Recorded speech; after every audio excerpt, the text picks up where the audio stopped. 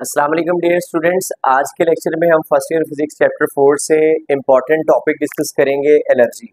Dear students, energy का जो word है इसका एक बहुत ही सिंपल कॉन्सेप्ट है। एनर्जी को आप यूं समझ सकते हैं, अगर हम हमारी रोज़मर्रा लाइफ में बात करें, कोई भी ऐसी बॉडी जिसमें कोई काम करने की एबिलिटी मौजूद है, आप कहेंगे उस बॉडी में एनर्जी है। लेट्स से डियर स्टूडेंट्स, एक पर्सन है, वो एक ब्लॉक को उठा के एक जगह से दूसरी जगह लेके जा सकता है, तो वो वर्क कर रहा है और इसका ये जो वर्क है, आप कहेंगे इस बॉडी में काम करने की सलाहियत है और इसी को ही हम एनर्जी कहते हैं। तो हम इसकी डेफिनेशन से स्टार्ट करेंगे।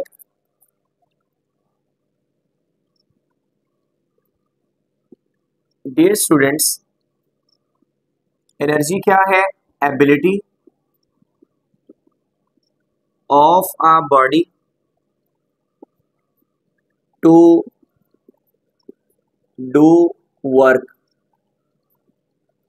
किसी भी बॉडी में अगर काम करने की सलाहियत है तो आप कहेंगे कि उस बॉडी में एनर्जी है। अब ये स्टूडेंट्स, फिजिक्स में हमने ये डिस्क्राइब किया हुआ है कि वर्क क्या होता है।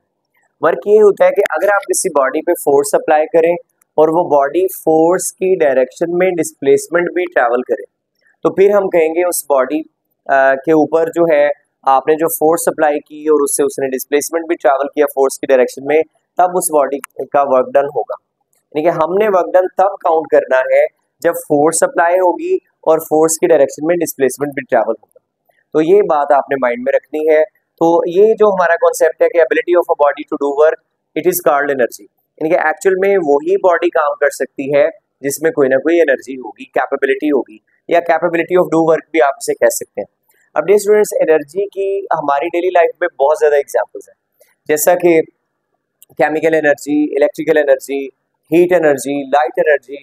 इन बहुत सारी टाइप्स में से हम एक टाइप जो हमारे सिलेबस का पार्ट है वो डिस्कस करेंगे, that one is mechanical energy. तो हमने ये डिस्कस करना है एनर्जी की बहुत सारी टाइप में से ये वाली type, that one is mechanical energy.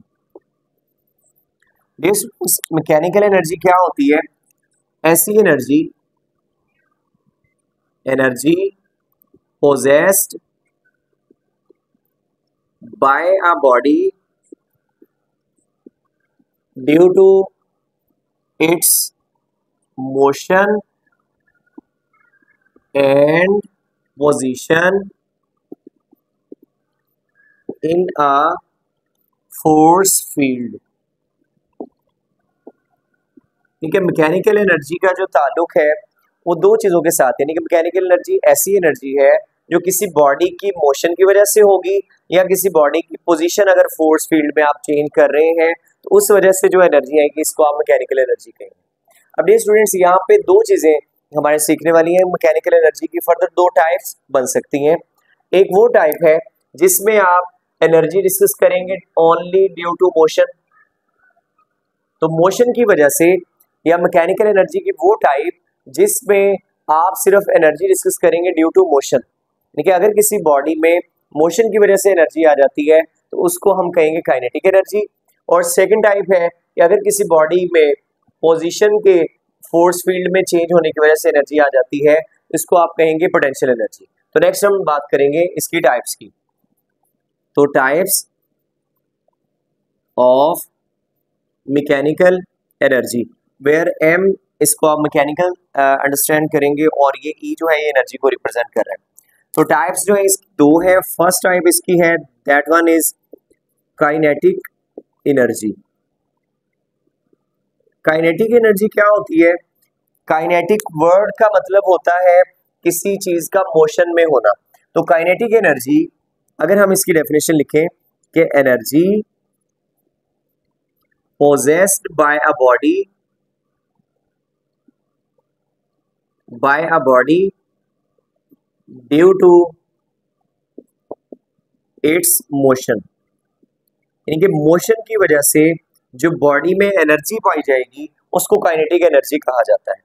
और काइनेटिक एनर्जी का एक फार्मूला है जिसकी अभी हम डेरिवेशन भी करेंगे। Kinetic energy equals half mv²। ये इसका काइनेटिक एनर्जी का जनरल फार्मूला है। अब डियर स्टूडेंट्स, इसकी आप बहुत सारी एग्जांपल्स हैं, जैसे आप कह लें कि एक मूविंग कार में जो एनर्जी है वो भी काइनेटिक एनर्जी है। इसी तरह अगर विंड यानी कि हवा की वजह से अगर किसी बॉडी में मोशन प्रोड्यूस हो रही है, वो भी यानी कि मोशन टाइप जितनी भी एनर्जीज आ जाएंगी वो आपकी काइनेटिक एनर्जीज होंगी। यानी कि लेट्स से हम किसी बॉल को इस तरह से थ्रो कर देते हैं ग्राउंड के ऊपर और वो मूव कर रही है, तो उसमें भी जो एनर्जी होगी ये काइनेटिक एनर्जी होगी। एक कार रोड के ऊपर चल रही है, उसमें जो एनर्जी होगी ये भी काइनेटिक एनर्जी होगी, energy due to motion of the body. So that one is kinetic energy. अब काइनेटिक एनर्जी की डेरिवेशन देखिए कि ये फॉर्मूला डिराइव कैसे हुआ है। डियर स्टूडेंट्स, आप ये इमेजिन कर लीजिए कि ये लेट्स से एक कार है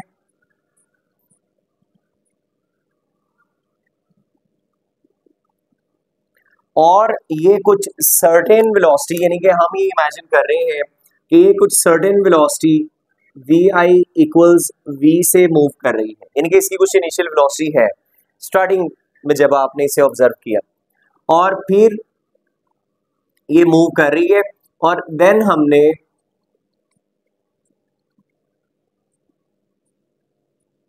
इस कार के ऊपर जो फोर्स अप्लाई की हुई थी उस फोर्स को हमने स्टॉप कर दिया।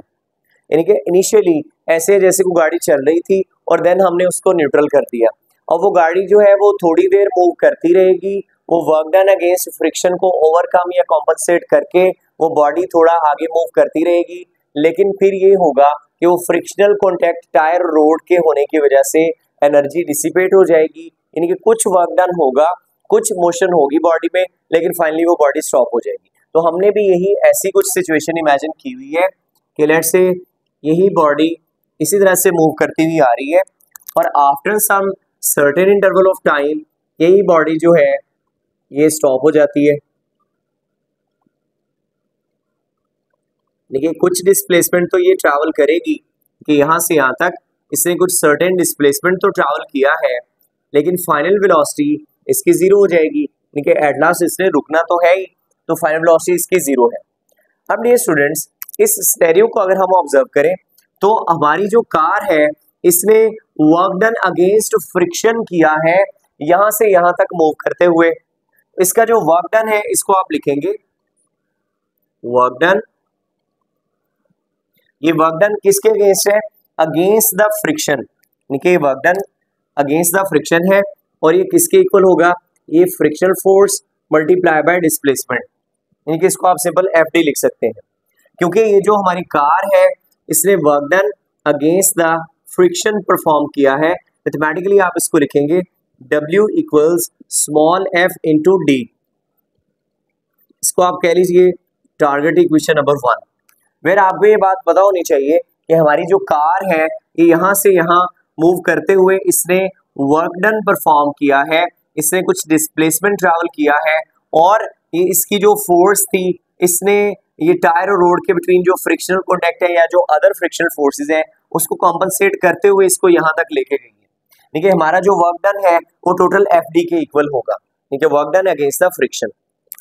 अब आप देखिए W is equal to FD। अब आपके पास जब भी कोई इक्वेशन आ जाए तो उस इक्वेशन में जो आपके पास ये वेरिएबल्स मौजूद होंगे राइट हैंड साइड पे, जैसे आपको F और D नजर आ रहा है, आपने इसकी वैल्यूज निकालनी है। यहाँ पे जब आप उसे पुट करेंगे आपको आपका रिक्वायर्ड रिजल्ट मिल जाएगा। सो डियर स्टूडेंट्स, इस फ्रिक्शनल फोर्स को आप कैसे निकाल सकते हैं? हम ये बात जानते हैं according to second law of motion, जो बॉडी में एक्सेलरेशन प्रोड्यूस हुआ है। चूंकि एक बात आपने माइंड में रखनी है कि इसकी इनिशियल वेलोसिटी थी कुछ v और फाइनल जीरो, यानी कि velocity with respect to time decrease कर रही है। तो जब velocity with respect to time decrease करती है, वैसे हम ये बात जानते हैं कि F इक्वल होता है ma के।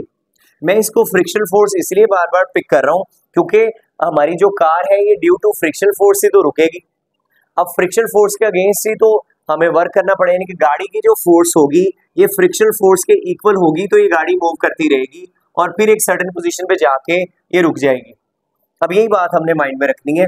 अब देखिए ये आप समझ लीजिए कि ये एक्शन है।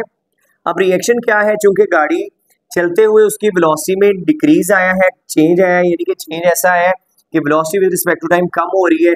सो m और एक्सेलरेशन आप कौन सा यूज करेंगे? Negative a। नेगेटिव a क्यों? चूंकि velocity of the body, velocity decreases with time, velocity तो टाइम के साथ साथ कम हुई है। सो यहाँ अगर आप इसको देखें तो F इक्वल आ जाएगा माइनस एम ए के। यहाँ से अगर आप वैल्यू निकाल लें ए की तो ये माइनस एम इस साइड पे आके डिवाइड हो जाएगा। सो ए इक्वल आ गया minus f divide by m. This is the value of acceleration. इसको आप कह लीजिए इक्वेशन नंबर 2।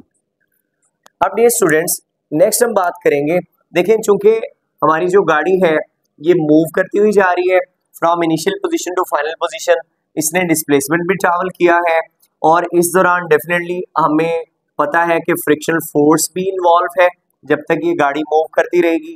तो अगर आप इन तमाम वेरिएबल्स को देखें और एक्सेलरेशन भी है, क्योंकि हमारी जो व्हीकल है उसकी वेलोसिटी या जो कार है with respect to time decrease हुई है, तो यहाँ पे एक्सेलरेशन भी होगा। So according to third equation of motion we know that 2AD is equal to VF square minus VI square.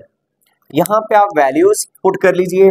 2A किसके इक्वल है, A की वैल्यू हमने अभी निकाली माइनस एफ ओवर एम, इसको आप रिप्लेस करें तो minus f divide by m, d आप एज इट इज लिखें।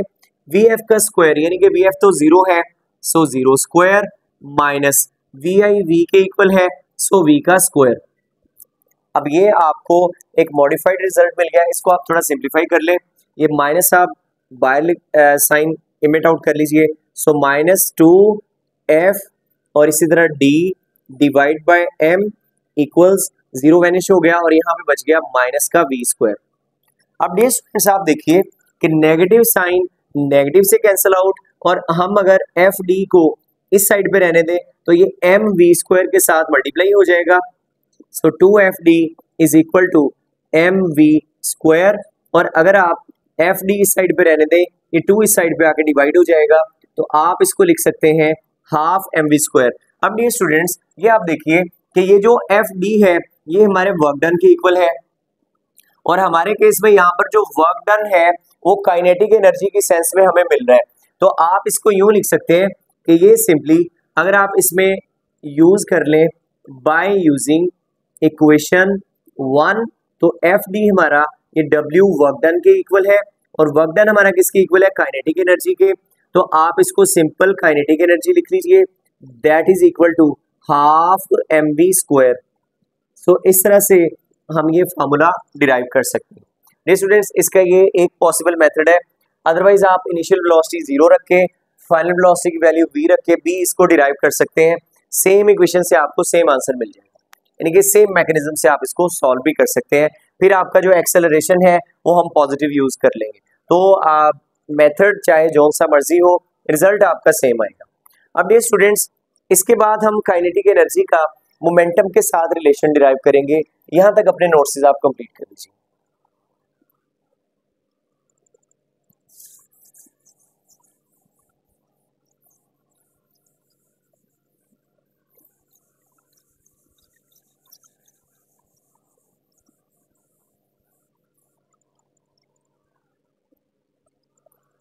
जी, काइनेटिक एनर्जी का हम रिलेशन ट्रेस करेंगे।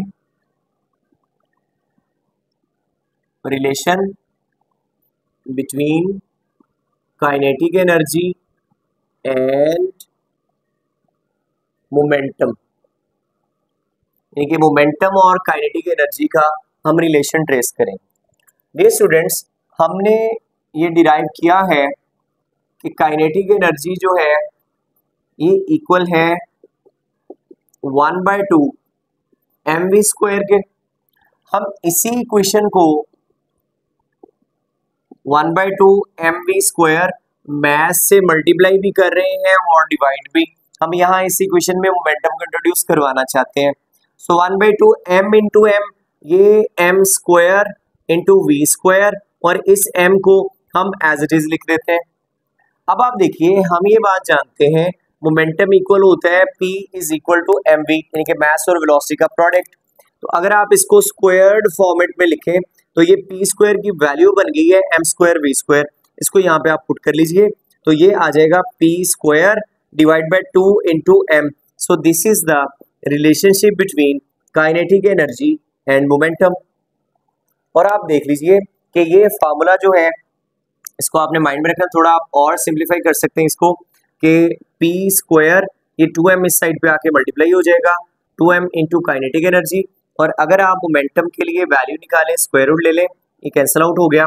सो P के लिए आपको जो फार्मूला मिल गया this is 2m into kinetic energy और इसका स्क्वायर रूट। अब ये स्टूडेंट्स अगर आपको मोमेंटम और काइनेटिक एनर्जी के रिलेटेड कोई MCQ आ जाएगा तो आपने ये वाला फार्मूला यूज करना है, फिर आपको एक्यूरेट रिजल्ट मिलेंगे। यानी किसी भी तरह का आपको MCQ पूछा जा सकता है, लेट्स से वो आपको काइनेटिक एनर्जी कहते हैं सिस्टम की सेम है, मोमेंटम की रेशियो आप बताइए, या आपको काइनेटिक एनर्जी की वैल्यू वेरी करवा के दे देता है और कहता है कि मोमेंटम की काइनेटिक एनर्जी की कुछ वैल्यू, लेट्स से वो कहता है 2 जाउल, फिर कहता है 4 जाउल, मोमेंटम की रेशियो बताइए।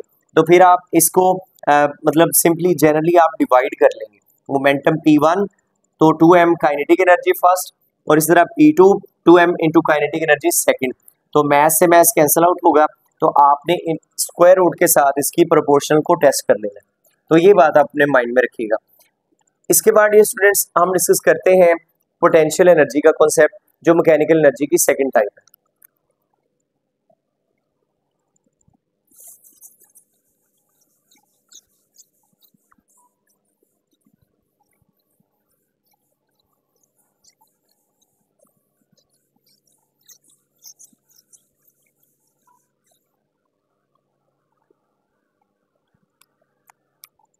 जी अभी हम डिस्कस करेंगे potential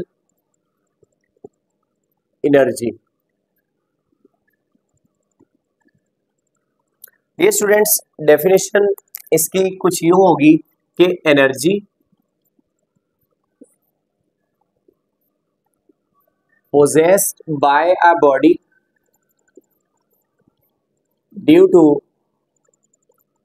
its position in a force field।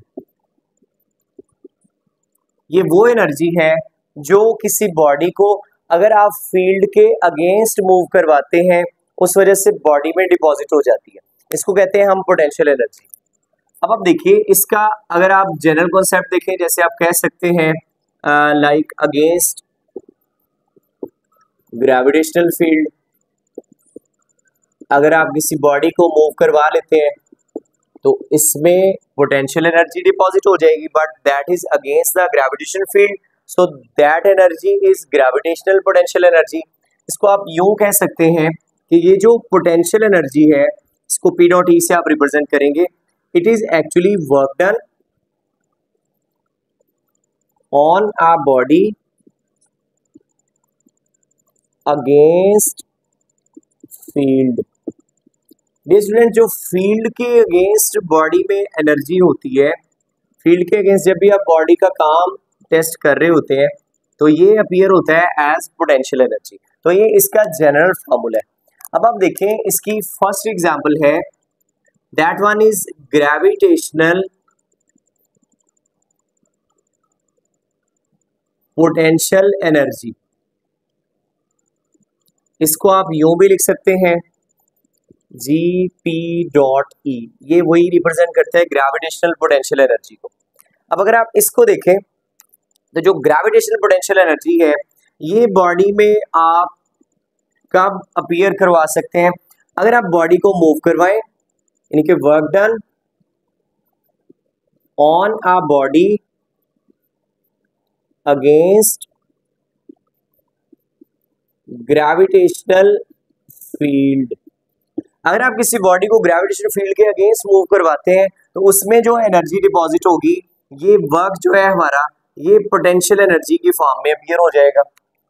अब इसको आप एक एग्जांपल से समझिए कि ये लेट्स से एक बॉडी है जिसका सर्टेन मास है m, और ये अभी मौजूद है लेट्स से ग्राउंड, और हमने इसको अर्थ से, यानी कि अर्थ के ऊपर लेट्स से मौजूद है, अर्थ से आपने इसको h हाइट तक लिफ्ट कर दिया। अब h हाइट तक जब आप इसको लिफ्ट करेंगे तो हमने चूंकि ड्यू टू ग्रेविटेशन फील्ड इसके अंदर डिपॉजिट एनर्जी ट्रेस करनी है, सो वर्क का फॉर्मूला होता है F इंटू डी। अब यहाँ पे जो कि ग्रेविटेशनल फील्ड के अगेंस्ट आप बॉडी को लेके जा रहे हैं, तो ग्रेविटेशनल पुल जो है ये हमेशा toward the centre of earth act कर रहा होता है, और जो हाइट हम ट्रैवल करवा रहे हैं ये अपवर्ड है, और ये ग्रेविटेशनल पुल हमेशा वेट के इक्वल लग रहा होता है। सो आप इसको एफ जी लिखेंगे और इसको आप डी लिखेंगे, और एज इट इज आप इसकी वैल्यू यहाँ पे ट्रेस कर लें। एफ जी जो है ये इक्वल है एम जी के, और डी जो है ये इक्वल है हाइट के। तो ये सिंपल आपको फार्मूला मिल गया, और यही वर्क डन हमारा ये ग्रेविटेशनल पोटेंशियल एनर्जी की फॉर्म में अपीयर होगा। सो इसको आप यूं लिख सकते हैं। इसी तरह आप एक और एग्जांपल इसकी देखिए कि बॉडी में अगर आप देखें elastic potential energy, elastic potential energy क्या है? किसी स्प्रिंग की पोजीशन अगर आप चेंज कर दें, मतलब अगर आप उसको कंप्रेस कर दें या आप उसको स्ट्रेच कर लें, तो दोनों पोजीशनल चेंज की वजह से जो स्प्रिंग की एनर्जी अपीयर होगी that one is elastic potential energy. So इसका जो वर्क डन है, या सिंपल आप कह लीजिए कि पोटेंशियल एनर्जी किसकी इक्वल होगी? Work done in compressing or stretching of spring.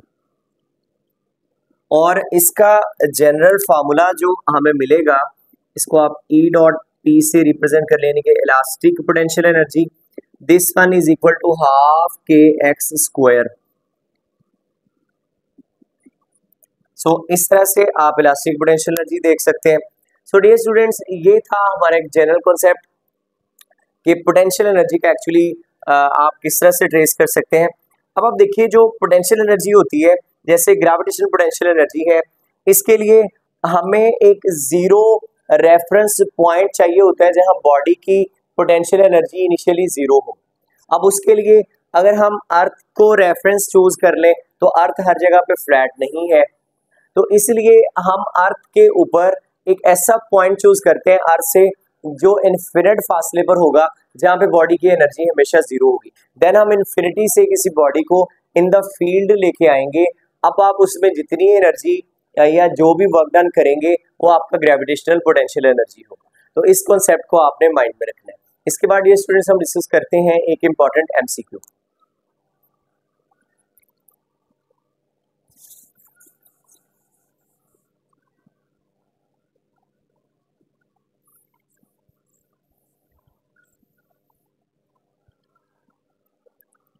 Ji dear students, हमारा इंपॉर्टेंट एमसीक्यू है, वो कहता है कि at what speed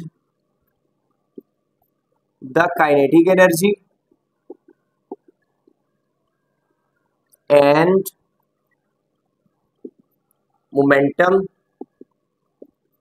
of a body are equal. कौन सी ऐसी खास स्पीड है जिसपे काइनेटिक एनर्जी और मोमेंटम ऑफ द सिस्टम ये दोनों मैग्नीट्यूड में इक्वल हो जाते हैं? तो इसको आप सिंपल प्रोसीड कीजिए। यहाँ पे लेट्स से ऑप्शन है 1 मीटर पर सेकंड, इसी तरह 2 मीटर पर सेकंड, सी ऑप्शन है 3 मीटर पर second, and so on. D कोई भी ऑप्शन हो सकता है जैसे 5 मीटर पर सेकंड। तो देखिए ये सिचुएशन है, काइनेटिक एनर्जी और मोमेंटम जब इक्वल होंगे तो स्पीड क्या होनी चाहिए बॉडी की? तो आप सिंपली काइनेटिक एनर्जी और मोमेंटम को इक्वल जो है पुट कर लीजिए। काइनेटिक एनर्जी की वैल्यू है half m square, momentum mass into velocity, mass से मैस कैंसिल आउट, वेलोसिटी से एक पावर कैंसिल आउट, इस साइड पे बच गया 1/2 v इज इक्वल टू 1। अब स्टूडेंट्स अगर आप 2 को इस साइड पे मूव करवा दें तो v is equal to 2 and that one is equal to 2 metre पर सेकेंड। देखिए स्पीड की वैल्यू मीटर पर सेकेंड में हमारा जो ऐसा यूनिट है, तो this one is our accurate option. So dear students, इस तरह से आपका ये टॉपिक कंप्लीट हो गया। एक चीज़ और कि काइनेटिक एनर्जी या पोटेंशियल एनर्जी या कोई भी फॉर्म ऑफ एनर्जी है, उसमें एनर्जी का जो ऐसे यूनिट, चूंकि एनर्जी हमारी वर्क डन से आपको जो एनर्जी है वो ट्रांसफॉर्म होकर मिलनी है। अगर वर्क डन की वजह से बॉडी में मोशन आ रही है तो काइनेटिक एनर्जी बन जाएगी। अगर किसी बॉडी पे वर्क डन करने की वजह से बॉडी पोटेंशियल एनर्जी की फॉर्म में अपीयर हो रही है। अब देखिए बोथ या जितने भी केसेस हैं एनर्जी के, सब में हमारा वर्क डन कहीं ना कहीं अपीयर हो रहा है। सो वर्क डन का जो ऐसे यूनिट है वो तो जाउल है, इसलिए काइनेटिक एनर्जी का ऐसे यूनिट भी जाउल होगा और पोटेंशियल एनर्जी का ऐसे यूनिट भी जाउल ही होगा, और ये स्केलर क्वांटिटीज हैं, इसको आपने माइंड में रखना है। अब तक के लिए इतना ही, नेक्स्ट लेक्चर में मिलते हैं, तब तक के लिए अल्लाह हाफिज़।